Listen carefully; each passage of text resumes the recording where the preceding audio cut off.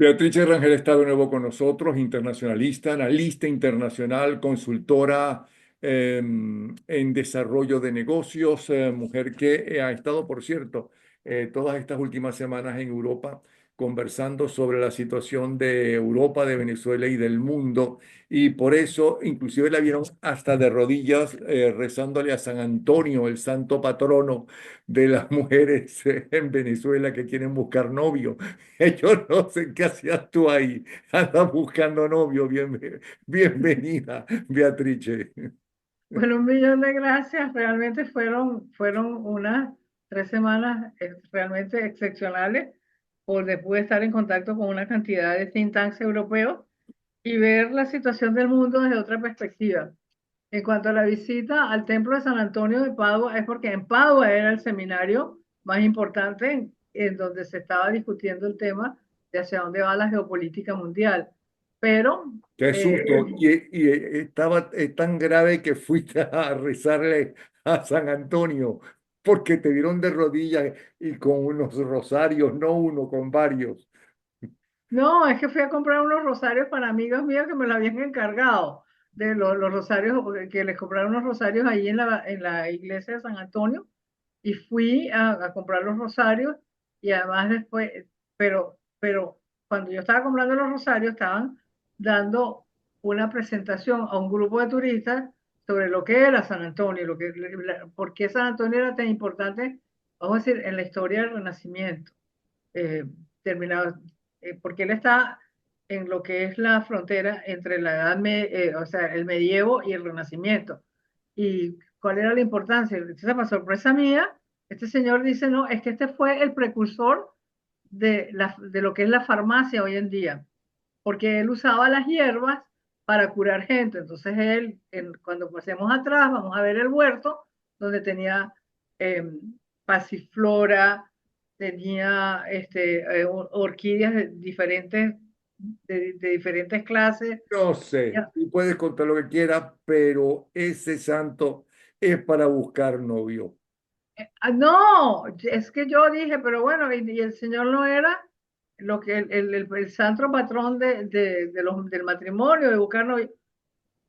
Me miró como que si yo fuera, no sé, el ser más despreciable del mundo cuando yo dije eso. ¿Cómo se le ocurre? Me dijo. Este es eso solamente se lo digo yo a los latinoamericanos, porque aquí todo el mundo sabe que San Antonio fue el precursor de la farmacia y no sé cuánto y no sé qué más, y William Shakespeare se inspiró en él, ese monje que sale en Romeo y Julieta y que le da a Julieta un elixir que la pone catatónica, esas eran las cosas que hacía San Antonio. Y todo, y curaba gente, y curaba la depresión, no sé qué más, y cómo que nunca jamás San Antonio va para buscar marido. Y yo dije, bueno, pues, pero Entonces me no te llegó. consiguió marido San Antonio. No, lo único que conseguí fue los rosarios y me traje un elipsis, porque parece que la pasiflora es buenísima para dormir y es natural. Entonces me traje un elixir de pasiflora. Bueno, vamos a reírnos un rato porque ahora el tema no es para reírse. La pregunta es sencilla. Tú has hablado de eso en Europa, cómo ven los europeos lo que está pasando en Europa, en Asia, en Israel, China, Rusia, en Corea del Norte, Irán, Venezuela, en Nicaragua. Bueno, ¿cómo ves el mundo? Hay gente que dice que ya la Tercera Guerra Mundial empezó. ¿Cómo lo ves? Mira, los europeos están viendo el mundo con bastante pesimismo y ese pesimismo es atribuible a varias razones. Uno, que el andamiaje internacional creado por los Estados Unidos a partir de 1945, ahorita está bajo asedio. Y está bajo asedio por tres presiones. Una es la presión de la globalización, obviamente, pero también hay otras dos presiones más. Una es la reacción de, sobre todo el pueblo norteamericano, a la globalización. Y la tercera es los increíbles flujos de migrantes que vienen de los países de menor desarrollo relativo hacia Europa y hacia Estados Unidos. Hay que considerar que Europa es muchísimo más pequeño, es un territorio muchísimo más pequeño que Estados Unidos. Estados Unidos es un continente. Europa es un continente, pero es un continente pequeño. Y todos los días vienen esos ríos de migrantes que vienen de África o vienen del Medio Oriente. Entonces, claro, eso está impactando no solamente las instituciones, porque claro, todos los países europeos son estados de bienestar, entonces tienen un conjunto de leyes que protegen, una vez esos inmigrantes están en tierra europea, pues les dan ayuda para su salud, los tienen que hacer esfuerzos grandes para incorporar a los niños a las escuelas, y todo eso está poniendo una presión muy fuerte sobre el fisco, los fiscos, pero además de una presión también cultural, porque hay que pensar que son personas que tienen visiones completamente distintas. La visión de los inmigrantes que están llegando a Europa no se insertan dentro de la matriz de lo que llamamos la cultura occidental. Entonces, aculturar a esa gente es bastante más difícil y si además son multitudes, se hace todavía el trabajo más complejo. Después, por supuesto, en su territorio hay una guerra, porque Ucrania es parte del espacio europeo y ellos ven que esa guerra sigue, están metiendo todo el mundo dinero y no se resuelve. Y obviamente, en el fondo, le echan la culpa y tienen razón en eso a Estados Unidos, porque lo que ocurrió fue que eh, el presidente Reagan y el presidente Bush habían acordado un modus vivendi con Rusia. En el momento en que cae el muro de Berlín y empieza todo el proceso de transformación, esta gente, o sea, tanto Reagan como Bush, sabían que lo peor que tú le puedes hacer a un país cuyas instituciones están en colapso es plantearle un reto internacional. Y entonces ellos empezaron unos diálogos muy intensos con primero la dirigencia soviética y después toda la dirigencia de Europa Oriental. Y en esos diálogos un poco que se acordó que durante varias décadas, varias décadas como 50 años, medio siglo, la situación, el status quo que predominaba en ese momento en las relaciones entre Europa y, vamos a decir, las democracias liberales de Occidente y lo que había sido la Unión Soviética, iban a ser las mismas. ¿Y qué significaba eso? Eso significaba que, por ejemplo, la OTAN no iba a crecer, se iba a quedar del tamaño que estaba, pero lo que sí se iba a hacer era un esfuerzo muy grande por facilitar tanto la democratización como el crecimiento económico de lo que era Europa Oriental, que iba a ingresar al espacio europeo, y también se iba a facilitar el desarrollo económico y la democratización de Rusia. Eso marchó muy bien mientras tuvo Gorbachev al frente de Rusia y después cuando vino Yeltsin también, pero cuando llega Putin al poder, se produce un giro en la política exterior de Estados Unidos. Está la señora Madeleine Albright, es el presidente Clinton quien está de presidente, y ella, porque ella era de ascendencia checa, eh, em, empieza a abrirle las puertas de la OTAN a la República Checa, detrás vino Polonia, después vino Hungría, y después que tú has emitido esos tres, ¿cómo le vas a negar a los demás? Entonces, Putin, que es un ser psicópata, eso el mundo entero está de acuerdo con ese análisis, vio en ese movimiento como un movimiento de ataque a Rusia, y entonces él decidió, bueno, antes de que me cerquen y me reduzcan y empiecen a desmembrarme, pues yo voy a empezar a atacar a Occidente. Y, por supuesto, llegó a Ucrania. Ahora, en la medida en que ese conflicto ha seguido sin negociaciones serias, porque ¿qué pasó, por ejemplo, con la guerra de Vietnam? Sí es cierto que los militares seguían en tierra desarrollando las operaciones, Pero estaba el doctor Kissinger y una cantidad de gente negociando ya con el Vietcong, lo que se llamaba el Vietcong en aquella época. Y, y negociaron y se llegó a un acuerdo de paz. Entonces, esa parte de la negociación no ha ocurrido porque Putin, por supuesto, cerró cualquier diálogo con Occidente, entendiendo que Occidente quería agredir a Rusia y por eso él se adelantó en la agresión. ¿Quién, entonces, los europeos están sufriendo este mismatch que hay y no le ven una salida pronta.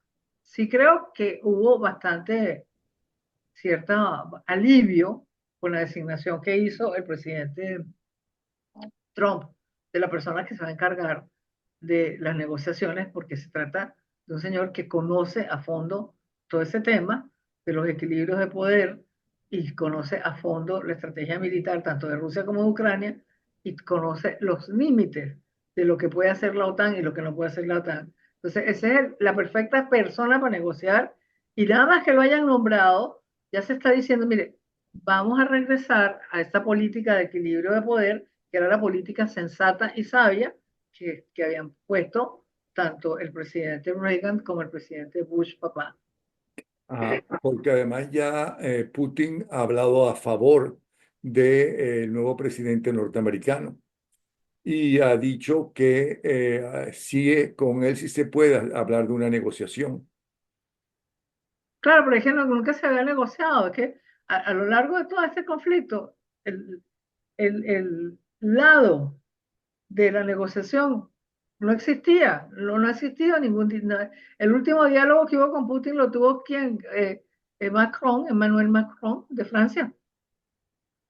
Y bueno, y por supuesto el Orbán de Hungría lo ha tenido, y lo que yo llamo la frontera entre Europa y el Islam, que es Erdogan de Turquía. Esto sí Bien. han hablado, pero eso es, vamos a decir, eso no representa la alianza de Occidente. La alianza de Occidente tiene que sentarse y hablar con el señor, porque militarmente está claro que ninguno de los dos países va a cobrar una victoria. Entonces, si tú tienes el juego trancado, no vale la pena que siga muriendo gente y que te sigas desangrando económicamente también en un conflicto que no va a tener solución militar, a menos que uno de los dos se le ocurra lanzar una bomba nuclear. ¿Tú crees que alguno de los dos sea, que inclusive Pero Putin, pues un psicópata que sea, se atreva a eso? no, ahorita en el estadio en que está la situación de ese conflicto, no, ya no. Yo sí creo que hace 6 semanas o quizás 2 meses podía haber considerado tanto Rusia como Ucrania la solución nuclear, pero ahorita no, ya no.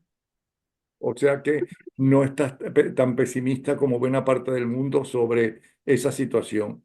Y en cuanto a Estados Unidos, el nuevo presidente de Estados Unidos y algunas de las personas que él ha anunciado para que trabajen cercanamente con él, algunos de los cuales ya han sido rechazados, ¿qué es lo que está pasando y cómo lo ves?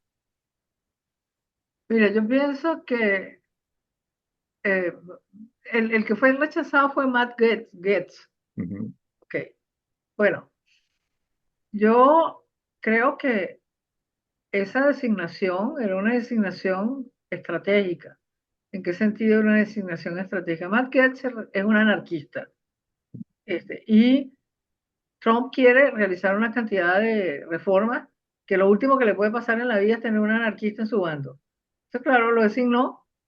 Yo creo que perfectamente sabían ellos que el señor no iba a pasar el filtro del Congreso.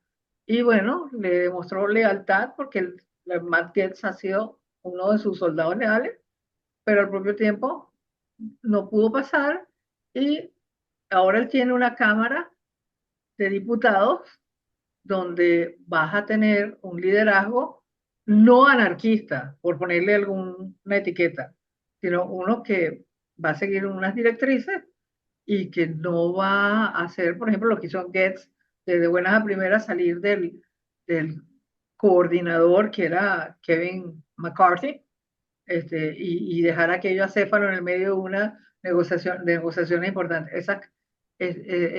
Trump no necesita ese dolor de cabeza.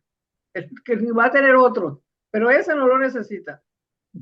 Ahora, ¿por qué hay quien dice que con estas elecciones y el triunfo arrasador de Trump, porque realmente es impactante su triunfo, él prácticamente acabó no solamente con el Partido Demócrata, sino también hay quien dice que también con el Republicano?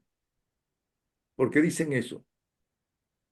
Bueno, mira, lo que pasa es que la corriente de Trump no, vamos a decir, la corriente política de Trump no es exactamente la corriente política del- de los republicanos tradicionales. O sea, Trump y su equipo tienen una visión del mundo bastante, muy distinta a la que predominó durante toda la posguerra, con, con ideólogos de la talla de George Kennan, de Henry Kissinger.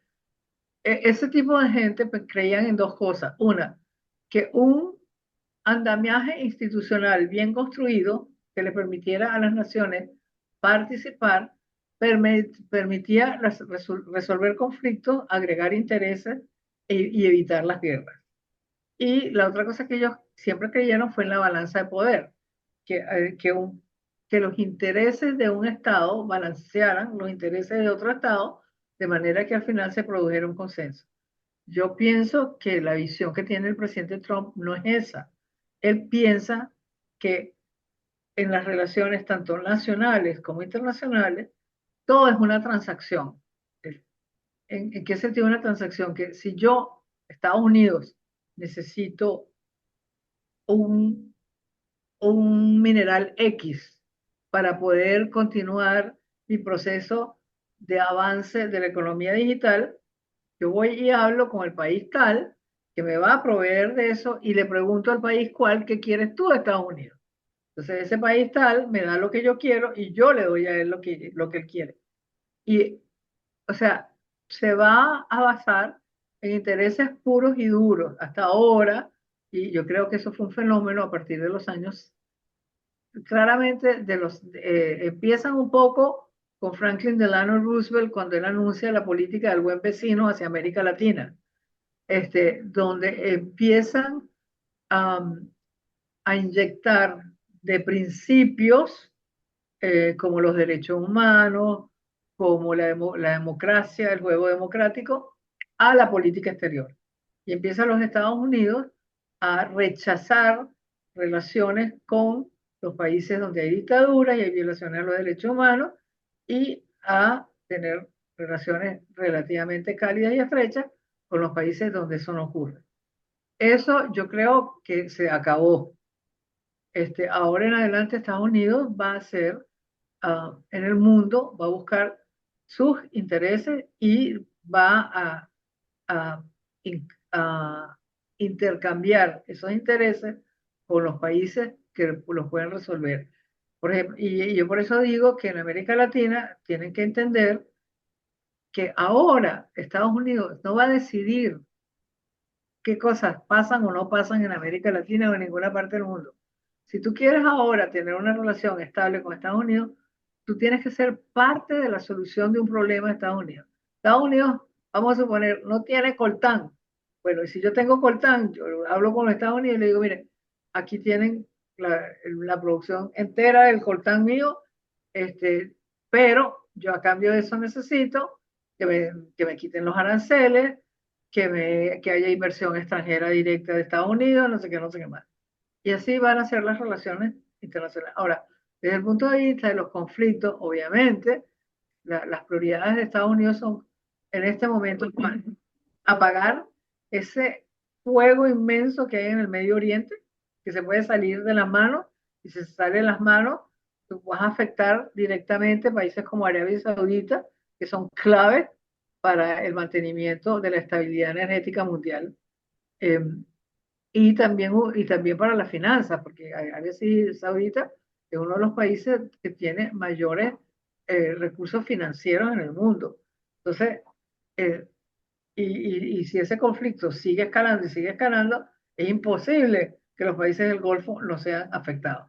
Entonces, eso hay que resolverlo. Hay dos cosas ahí, no solamente el interés de que los países del Golfo sobrevivan y se sigan desarrollando, pero hay un interés muy claro también de que sobreviva el Estado de Israel, que obviamente es la supervivencia del Estado de Israel es un objetivo de, de Occidente, de todas las democracias liberales occidentales, porque Israel es la única democracia que hay ahí en el que hay en el Medio Oriente. Ahora, pero volvamos a Occidente. Y antes de hablar de Venezuela, que tiene petróleo, que tiene varias cosas que le interesan a los Estados Unidos, hablemos de los inmigrantes. En su primer gobierno, él no pudo realizar lo que prometió, que era una de sus principales promesas, la famosa muralla, ¿no? Para contener toda la inmigración. Eh, ¿Tú crees que esta vez sí lo logre y que las ventajas que han tenido muchos inmigrantes como el TPS, por citar una de ellas, queden eliminadas? No, todo eso lo van a eliminar, absolutamente todo eso lo van a eliminar.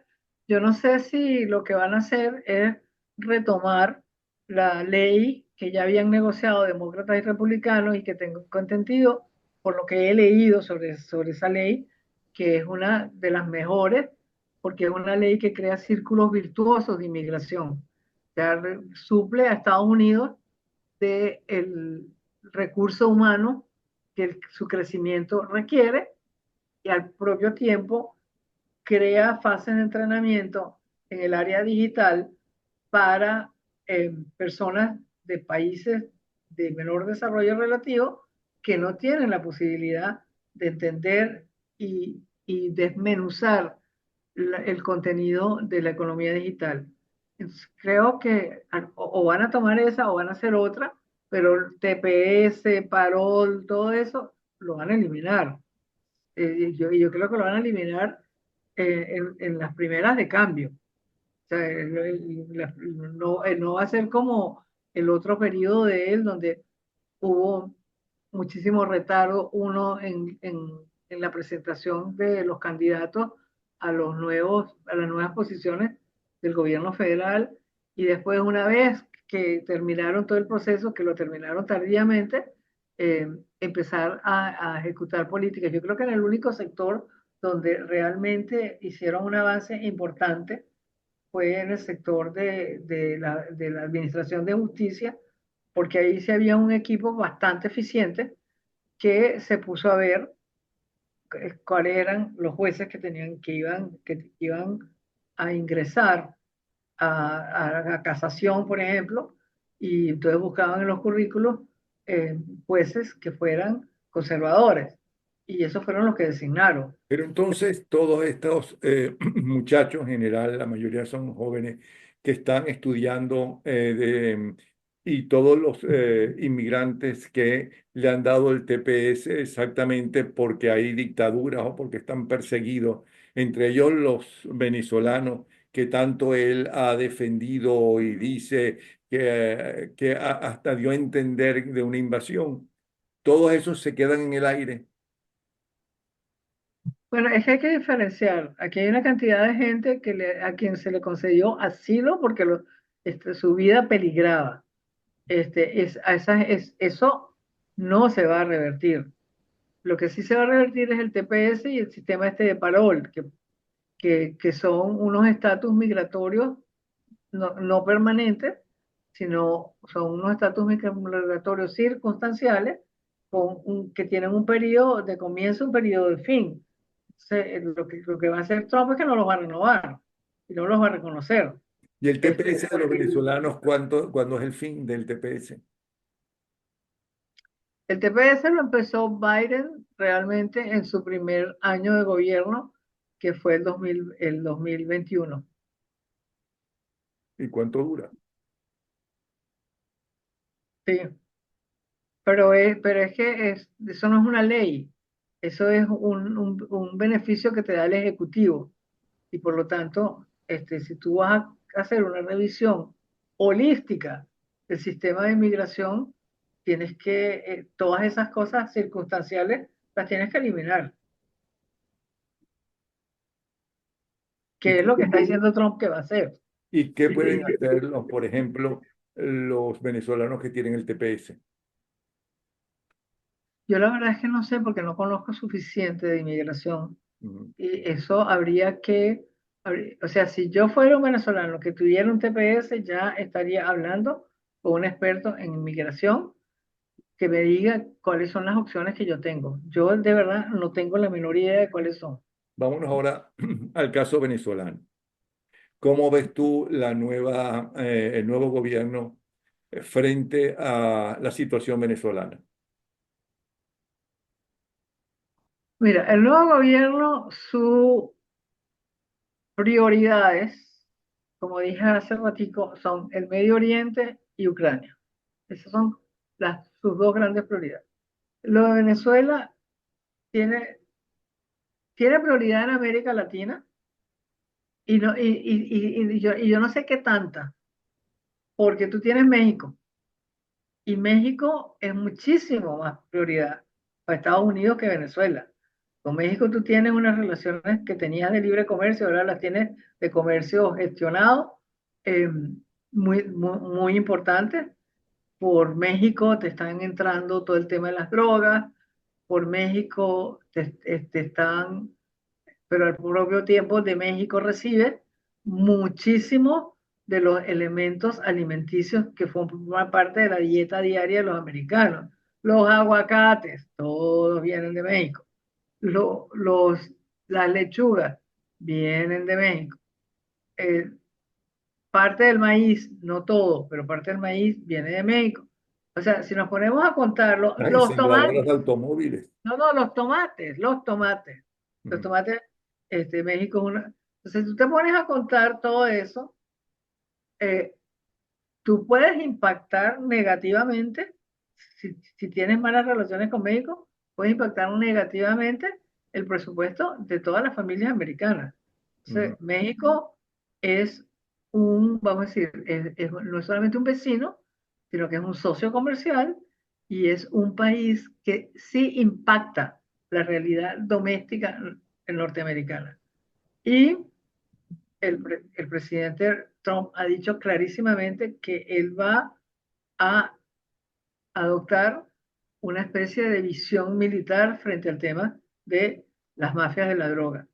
Si eso ocurre, tú vas a tener unas relaciones de tensión con México y vas a tener que dedicarle una buena parte del tiempo de tu gente que hace la política exterior a resolver los conflictos que van a salir de ahí. Y después tienes a Venezuela. Venezuela, si bien es cierto que ha sido identificada como el foco de infeccioso más grande que hay en América Latina desde el punto de vista de la, la, el ingreso y difusión del crimen organizado transnacional. Eso lo tiene claro solamente el establishment norteamericano, incluido el presidente Trump, sino también eso lo tienen clarísimo en Europa, lo tienen clarísimo en todas partes, que ese es el problema. Ahora, ¿cómo se deshace ese problema? Pues yo no creo que todavía se han sentado a pensar cómo salir de ese problema. Eh, sí creo que hay una especie de fuerzas positivas en el sentido de que casi todos los países del mundo están empezando ya a reconocer como presidente electo a el señor Edmundo González Urrutia. Eso significa que el- sin decirlo, están declarando el régimen que está en Venezuela como un régimen paria. Y un régimen paria, pues no tiene derecho ni a tener depósitos, ni a manejar recursos, ni a tener relaciones financieras, económicas y de ningún tipo con los países que así lo consideran. Entonces, yo creo que el cerco hacia el régimen venezolano va a crecer.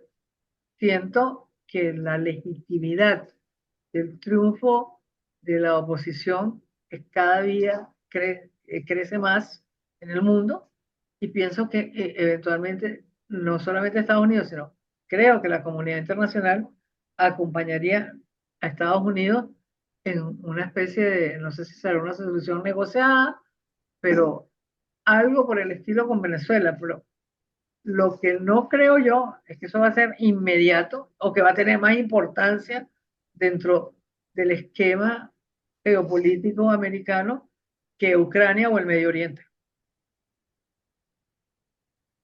¿Todavía tienes esperanza en que Venezuela salga de la tiranía? Sí, A pesar del narcotráfico, a pesar del interés del narcotráfico, a pesar de los dos grupos terroristas colombianos que hacen vida en Venezuela, inclusive tienen tomados pueblos venezolanos, a pesar del interés de Rusia y de Irán, ¿no? pero vamos a ver, vamos por cuotas, porque esta cuenta está muy grande. Vamos por cuotas. Uno, Rusia. Rusia no tiene sino, el único interés tangible de Rusia es la venta de armas a Venezuela y el uso del señor ministro de la Defensa de Venezuela como vendedor de armas para toda América Latina. Sí. También tiene un interés sucedáneo, o vamos a decirlo, de segundo grado, que en la medida en que yo pueda fastidiar a Estados Unidos con mi relación, o sea, fastidiarlo, decirles, yo puedo mandar destructores y atracan en costas venezolanas y tú no puedes, no sé qué. O sea, es decir, nariciar a Estados Unidos frente al mundo, eso le encanta y lo van a hacer y lo van a seguir haciendo. De ahí no va a pasar. Irán. Irán sí realmente es un verdadero peligro en el sentido de que ellos lo que están buscando es tener bases donde anidar y esconder todos esos movimientos terroristas basados con Hezbollah y no sé cuánto. No sé si la intención es tenerlos en resguardo para poder continuar la lucha en su teatro natural, que es el Medio Oriente y Europa, o si ellos, los iraníes, y eso lo creo que nadie lo sabe, están interesados en tener a la gente de Hezbollah en Venezuela para de ahí crear un movimiento que vaya y prenda caos en América Latina. Yo creo que esa segunda parte no se sabe, no se ha estudiado lo suficiente y no se tiene suficiente información. A lo mejor los americanos sí la tienen, a lo mejor la gente de los ingleses con el MI6 y no sé, los rusos, los chinos deben saber, pero yo no creo que el resto de la gente sepa realmente cuáles son las intenciones de Irán en Venezuela. China, Eso es uno. Entonces, después, eh, Rusia, Irán, a ver, Cuba, a mi modo de ver, está en colapso total. Y en cualquier momento, yo no sé, me da la ligera impresión que ese régimen está de verdad a punto de una implosión horrorosa y en esa implosión, pues, no van a poder tener mucho tiempo para ocuparse de Venezuela. O creo que no tienen. Yo creo que en este momento la situación de Cuba es tan dramática y no pueden extraer nada de Venezuela porque Venezuela está quebrada, que creo que están viendo hacia otros destinos, no sé cuáles, pero la verdad es que yo siento que Cuba está súper deteriorada como bastión de apoyo de Venezuela. y China y el narcotráfico. No, pero China, olvídate, China es transaccional por completo. China hizo un negocio con Venezuela, les prestó una plata, intentaron construir un tren, Ujú. ese famoso tren de Aragua, era un proyecto en que iba a financiar China. China mandó el dinero, el régimen se lo comió y lo que hizo que fue crear una banda delictiva con el dinero. Los chinos entonces tenían una deuda, o Venezuela tenía una deuda con los chinos de 50.000 millones de dólares, y entonces como no tenían plata, dijeron lo pagamos con petróleo y han estado pagándolo con petróleo, pero con cómodas cuotas mensuales, porque la producción petrolera venezolana se ha disminuido muchísimo. Entonces, China en política no se va a meter y mucho menos va a desafiar a Estados Unidos. ¿Qué es lo que ha hecho, o sea, qué es lo que ha hecho China en América Latina? Construir infraestructura. ¿Por qué ha construido infraestructura? Porque su interés fundamental Es económico. es económico, pero Ahora él no ha hecho menos. nos queda un minuto y falta el narcotráfico y faltan los grupos terroristas colombianos. ¿Cómo lo ves en un minuto? El narcotráfico, fíjate lo que está pasando en Bolivia. Dos bandas de narcotráfico se están peleando por el control del país. Eso los va a llevar a una implosión. En Venezuela, el momento en que no se pueda hacer absolutamente nada porque el país esté completamente cercado por sanciones financieras, por lo que sea, el narcotráfico va a empezar a moverse a otros destinos donde su negocio se pueda llevar con muchísima más comodidad. Y yo creo que hasta ese apoyo el régimen de Venezuela lo va a perder con esa anarquía que Y, tiene. y los grupos terroristas colombianos. Los grupos terroristas colombianos dependen de Venezuela y en el momento del régimen. Y en el momento que el régimen esté suficientemente débil como para no poderlos apoyar, ay, ellos emigran, porque sálvese quien pueda. Bueno, bien interesante. Gracias por eh, esta charla magistral que nos has dado. Como siempre, la gente te ama y habla muy bien de ti, como verás en lo que escriben cada vez que te presentas con nosotros.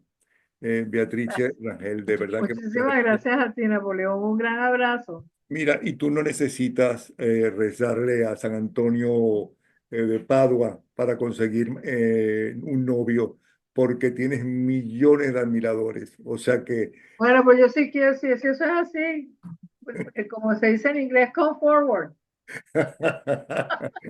un abrazo y Un feliz abrazo, Navidad si no gracias. nos vemos antes de Navidad. Chao. Ok, un Bye. beso. Hasta luego.